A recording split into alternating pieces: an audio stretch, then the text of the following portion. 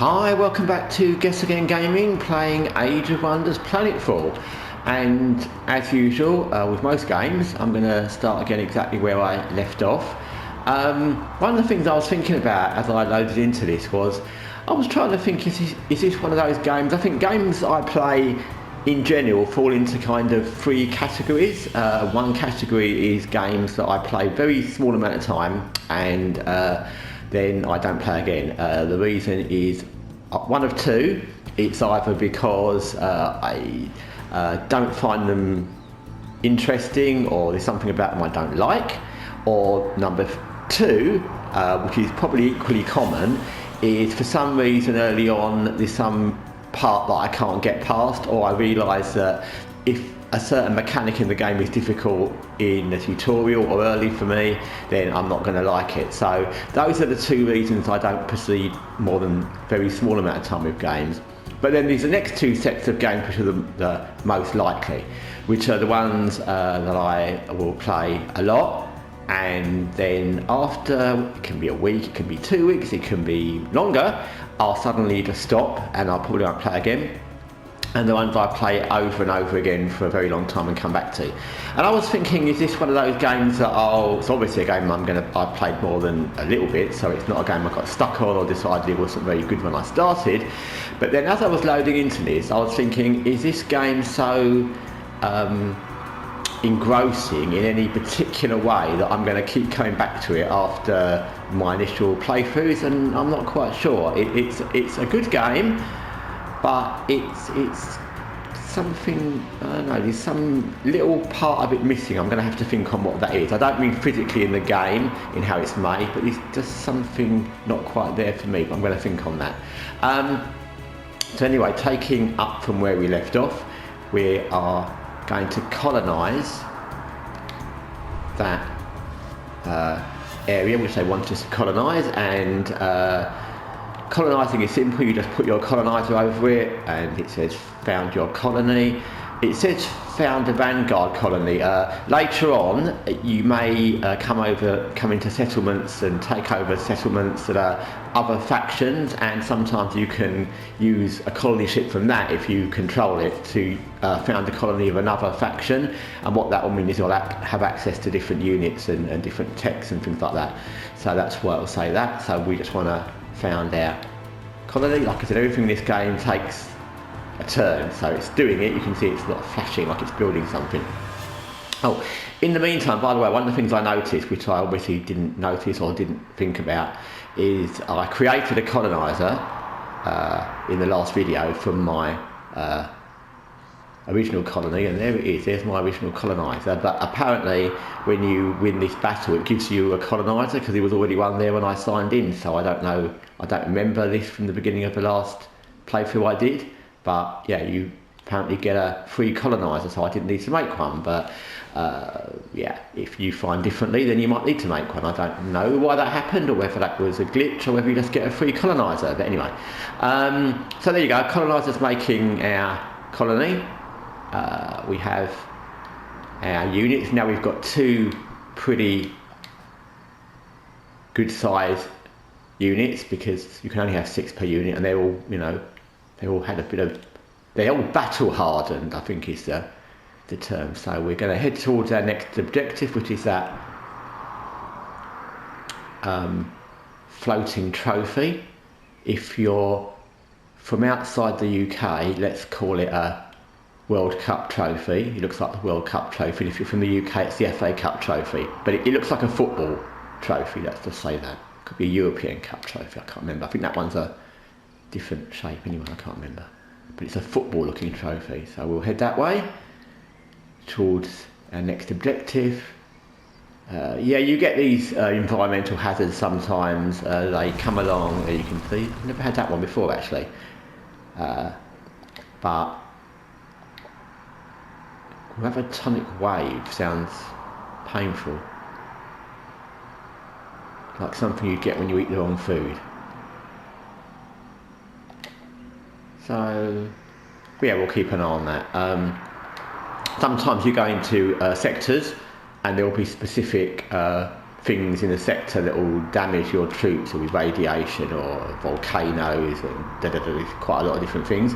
So it's worth bearing in mind. And when you go to colonise a sector or go to annex a sector, there'll also be things about it that may be good and may be bad. So some sectors, let's just pick one at random, there's a sector that's just got mountains and fungal material to build a base. I'm not sure if there's any negative sectors at all here, so let's just see. That's just got coast, sounds grippingly interesting, and that one's just got mountain and uninhabitable. So as you can see, just from doing those, I mean, some of them have got very little. That's just uninhabitable and got mountain. That one is literally just coast, which would be useful if you want a coastal base, but there's nothing else there to utilise. And sometimes they'll have, yeah, that's got fungal and a mountain, which provides energy. Same with that. Sometimes they have more things, and sometimes they have a detrimental thing. But anyway, so we'll finish our turn in the context of skip turn. Objective completed. And we've got our new colony. You can rename colonies if you want. They come up with, you know, all right names. You might want to pick different names. You might want to pick any kind of name you want. So you can rename your colony if you wish to. I won't for this video, but you can. This one's called Cusbeth. Alright, I've got no objection to that name. And then we'll move our troops, having a little heavy fighting. We're going to go and access the Void Tech facility. And as it said there, you can... Landmarks are remnants of... Yeah, landmarks are remnants of previous civilization. So what that is as with all the other sectors I've just shown you, this one has forest, which is useful for, you know, obvious industry, and it says it's got the little pictures, food, it's got fungal deposits, which is useful for food and research. And then lots of sectors have locations, which can be useful. And this has got a void tech complex, which is occupied. But if you take over that sector and clear out the occupation inside of that complex, you can get bonuses to, in this case, energy and industry. Now, the thing I'll say about that, just so you know, is number one, some sectors you can only annex them by going into a complex, because the square where the annex part will take place, which is this square, will only be on a thing you need to clear out first. And with these landmarks that need clearing out, they're not easy. Even at the beginning, they're not easy. And this, what I mean by at the beginning is they don't start easy, and they're not like some of the battles where they adjust to your kind of levels. These start hard, so be prepared to be killed a lot. Even later they're not easy, but earlier on they're not at all easy. I would suggest you maybe avoid doing them unless you have to for a bit, because it's a good way to get killed. There's usually quite a lot of troops in them. I don't know this one, but there often is. So we will attack this complex. In this case we can just, let's just skip our turn. Yeah, let's end turn.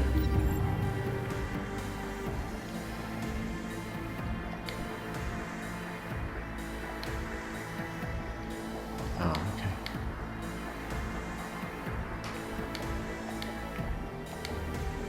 So yeah, so you can go into a facility, you can annex the facility. I don't know why it's doing that. But anyway, that's the thing I keep saying. Whatever you do, you'll always end up, it's impossible not to, where you don't click out of one of your units, and I keep doing that. So I keep saying maximum units per thing, because I keep forgetting to click out of my unit before I click on another one. So the thing we want to do is there.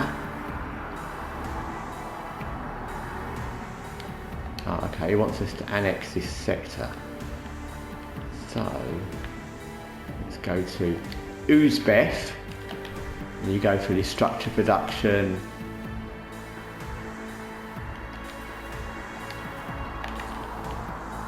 Standard military. You can build whatever you want. Yeah, I mean, some of the things it's always good to keep, if you've got multiple sectors, it's always good to keep upgrading them. There'll be a point when you haven't got anything left to upgrade. These bigger facilities you can have, as you can see, there's only one per colony. So if you want a biofarm, you can only have one of those in each place. You can only have one central reactor in each place. And you can see they produce different things which you may want or may not want.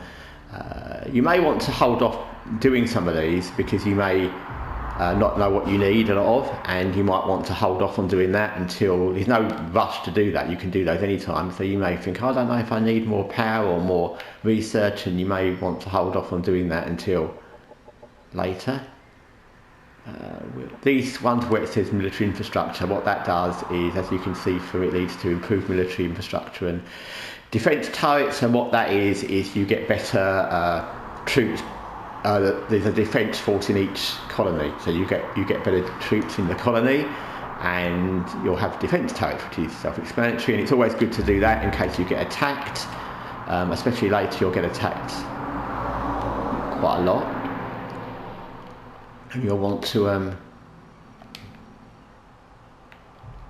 fight back. So I don't know what's going on here. Let's see, and the same there. We can do military infrastructure because it's the best thing to do as a startup. I would say it's a good thing to do early on. So you've already got that kind of good defence force. It's not an amazing defence force, but it's a defence force and it upgrades slightly. So it's a good thing to have. You can zoom in and out, by the way, using the right stick, which is quite good. You can get quite good detail on this actually. And then you can move your unit onto that. Now usually, I'll just say this now, usually when you put your unit onto the building, it will say, do you want to enter? But in this particular case, for a reason I can't explain, it's not really doing it. So it wants us to annex the exodimensional observation area, but it's not going to let us, so let's just continue a bit. As with all games, sometimes there's a reason something doesn't happen, and the reason is quite straightforward, but you've just not worked it out yet. So let's just go for a few more turns and we'll see. There you go. So it says Uzbek can annex its first sector. It was kind of waiting for something to upgrade.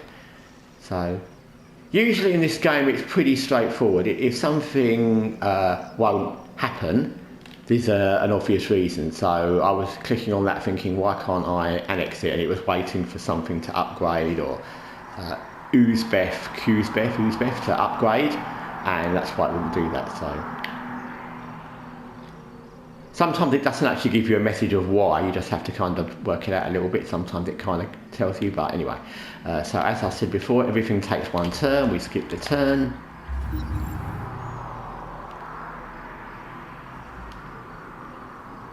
And we're analysing the Void Tech facility. What are the findings? The planet will be consumed by the anomaly within the next 3 cycles. That sounds fantastic.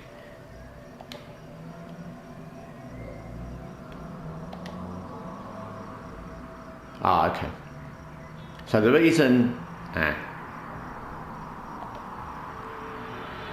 it wouldn't allow me to enter that facility, and it was almost a beginner's mistake, is because I've only played through this from the beginning once before in my original playthrough, is that because this is a tutorial, it won't let you do that because it doesn't want you to do that. So what it is you can always click on those facilities with your army and you can enter them. but in this particular case it didn't want me to, because this is the end of the tutorial. Another thing to mention while I'm talking about that is when you get to those facilities where you need to enter to clear them out of enemies, you can only take one army. So you can't have 3 armies, and which would equate to 18 troops entering. You can only have one army of 6. So bear that in mind when you go in. You can click on them, and you can usually, or always, you can see what the defending or occupying forces, and if you don't like the odds, you can decide to run away, as somebody once said. So we'll continue to the campaign. So yeah, the tutorial is not over long. You get a couple of battles that are a little bit. The surface of the planet before the void anomaly consumed it. Yeah. Well, it looks like we'll have plenty of time to sleep on this. Yeah, you can. The tutorial is good. There's a couple of battles which I think are a little bit unnecessary, because basically once you know the mechanics, which you know in the first half of the first battle, having over odds battles where you've got way too many troops for the enemy is a bit pointless. But other than that, it's all good. So we go to choose a destination world, and this is kind of is what it is. Like I said, this game isn't the greatest game for when you're starting things to explain why you would or wouldn't do things. It just tells you these other worlds that you can go to. As you can see, you can have a lot of players if you're playing multiplayer, and I never play anything multiplayer, so I'm not going to talk about that. But the practice world, we will. Should we go to a practice world? No, we don't. Oh, yeah, practice world, or we can go to a frontier world or a capital world. For the purposes of this video, I think we won't go to a practice world, because that's going to be similar to, not similar, but we've already done a tutorial, so we don't really need fledgling commander practice, although my ability may not be much above a fledgling commander. So we've got these other options. We've got an imperial world suitable for recolonisation, a frontier world, a capital world, and a ravage world. So I'm going to say we'll go for an imperial world. It's probably the simplest of the other options, and then you get to pick. There's lots of pick things here. So like I said, a lot of this feels like Civilization or Age of Empires, where you get to pick the kind of size and the amount of enemies and things like that. It reminds me of Age of Empires, actually, where you've got to pick how many AI enemies there were in the game. Opponent level normal, keep that, and again the world size is many options, but you can only do them, I think you can only do, you can do large, but you can probably only do certain ones depending on how many players and you've got. I think we'll have, so players in this will be the AI. We'll knock that down to 4, and as you can see, then you can't have a large world if you're only having 4, so we'll have a medium world. Landmass type can be random. Then it says select commander, and there you get to select your commander, which is another thing which is a fair little, not fair, there's a little thing on the right which tells you a little bit about them and what you get as a bonus. There's a lot of these, and you won't know exactly which of these things is going to be worthwhile, because it says starting bonus 2 emergent units, and starting bonus is the same with that one. Long-term bonus 1 doctrine slot. Well, you won't know whether 1 doctrine slot is going to be good. I can't even tell you whether that's going to be good. So, because even if it is good, it doesn't mean something else is bad. So there's lots of these things where long-term bonus, no delay when applying. So there's lots of these things where, even having played this game a lot in my own playthrough, I don't know which of these things will be better or worse, and it depends on your play style, it depends on what happens during the game, it depends on, so it's hard to pick from those just by going on the bonuses and the negatives. So you need to basically just pick one that kind of suits what you want to look like, I think. Obviously they're different factions, so each faction has different units. and behave differently, and that's another thing you won't really know that well, even if you kind of research it, because you won't know until you play them. I'm going to guess, like most games, you'll have one of two things. You'll either play with the ones that look a bit human, or you'll be one of those radical people that just want to start with something that looks like that. It actually looks like someone I used to date, but she was shorter. But yeah, you'll pick one that's so like that one. And I haven't actually done Amazon, so I'm going to do Amazon. So there's an Amazon commander. There you can see her.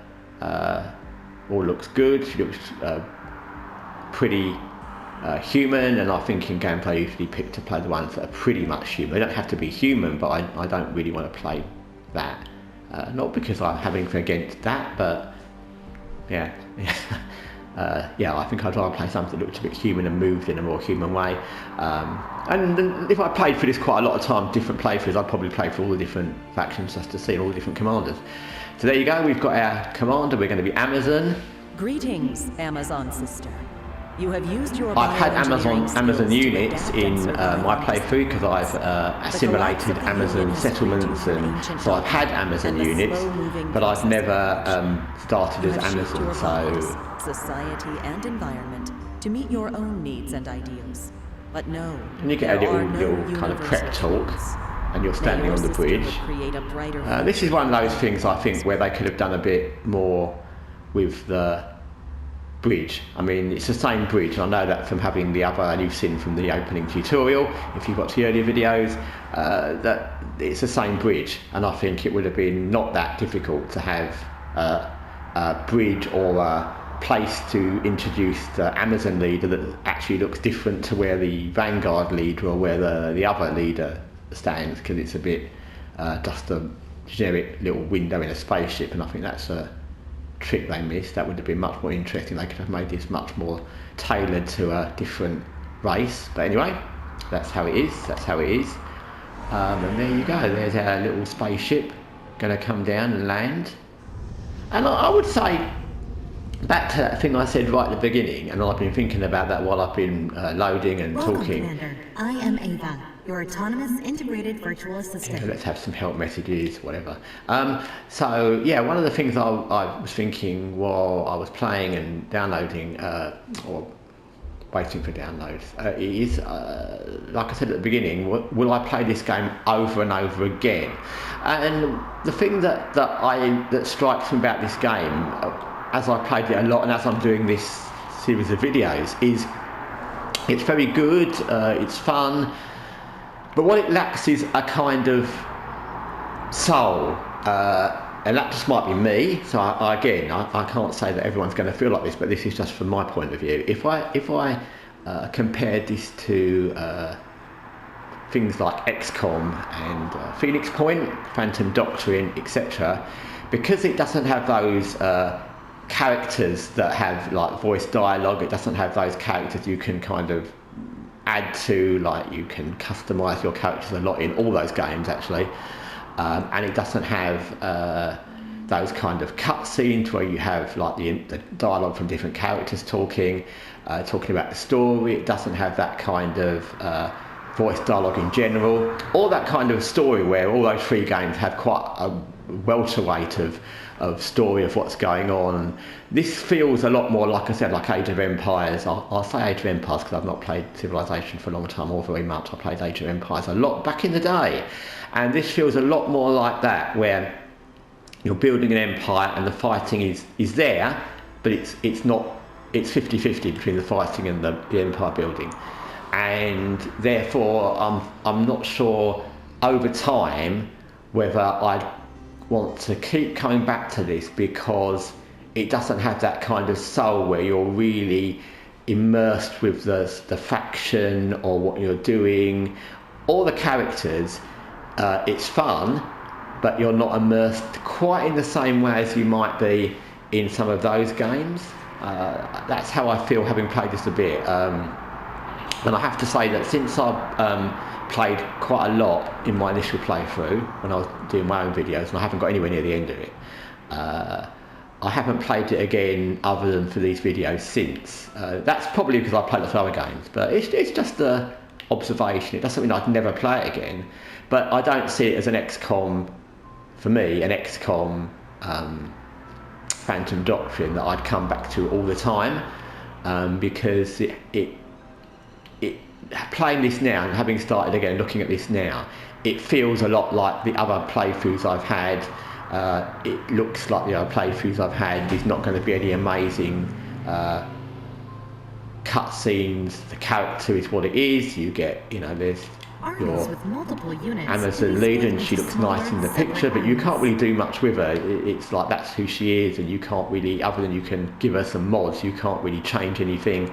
And you'll get, like I said, you get heroes, but they're who they are. You can give them mods, and that's about it. So yeah, it has that kind of fun feeling, but where you're not super invested in either the main story or in the characters. That's how I kind of feel as a kind of random view. An ongoing view, I may change that view to slightly more positive or slightly more negative, but that's how I kind of view this at the moment. So before we start this new world, because that's what it kind of is, and you can see there's already some hostile, always remember to click out your thing, especially as you can see now, especially when you're surrounded by bug things. Make sure you click out your unit before you click on the bug things to see what they are, because otherwise you'll attack them and you might not want to. Then there's another. These are Marauder guards. Yeah, they look very nice. Dribbling bugs things, they're everywhere. Oh, so we clicked on it anyway. We're going to engage a bug thing. So we'll engage this bug thing because we did it, and I did what I didn't necessarily intend to do, but it is what it is.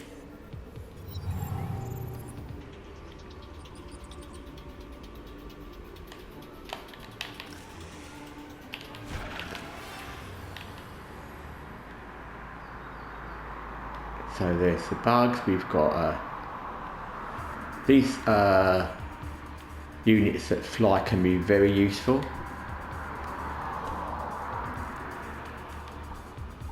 And you have to check on what all their things are, because I've never played with this unit, so I don't know. It hasn't got an Overwatch. I don't know what it has got. Let's see. I don't know what she's got either, because I've never played with an Amazon Commander. She's got an axe beak. So, okay, that's... And actually, I can tell you now that can be beak things can be quite dangerous, because later on, or in my playthrough, it wasn't that later actually, one of the enemies was a group of penguin kind of things, and they used to beak us to death, and they were quite brutal actually. So, like I said, if you've got that defense thing, always defend. This one hasn't, so I think we'll... What's that one? Defense. Oh, evasion. Okay, we'll do that. And then we'll end our turn by pressing R2. And actually, you can kind of see, like, the reason not to. They missed. People generally, units miss quite often in this game. We do, they do. So what happened was, because I pressed on the alien bug things while I was obviously accidentally clicked on my unit, I attacked. And as you can see, actually it wasn't a good move, because there's more alien bug things than there are of us. I could have made more units, and but I didn't. And now we're in battle. Luckily we've got a good weapon, and we're going to need to use them, I think. So this is going to be a melee, I'm going to guess. It was in the penguins. The beak thing was a melee for the penguins, so we'll hopefully it'll be a melee for us. So we can pick. Let's attack them with our beak things. And you can see we've killed a couple of them. But yeah, I mean, this has actually made the point. You need to be kind of careful what you're pressing. You always need to be checking, because this is winnable, with less troops, but it could easily have been, well, you can see it may not be winnable actually.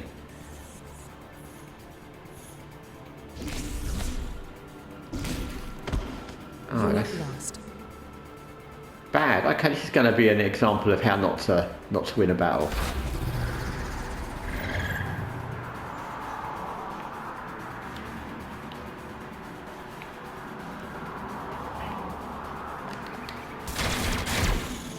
So we may lose this.